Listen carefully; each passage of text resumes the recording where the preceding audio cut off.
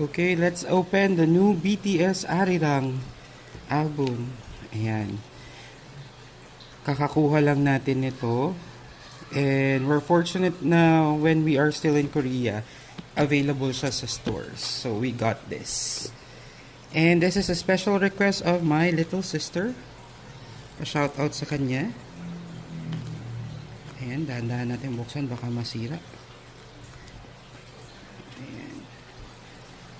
And then I'm opening this one for her para makita natin kung anong laman. I'm a little bit excited to see what's inside. So, ayan.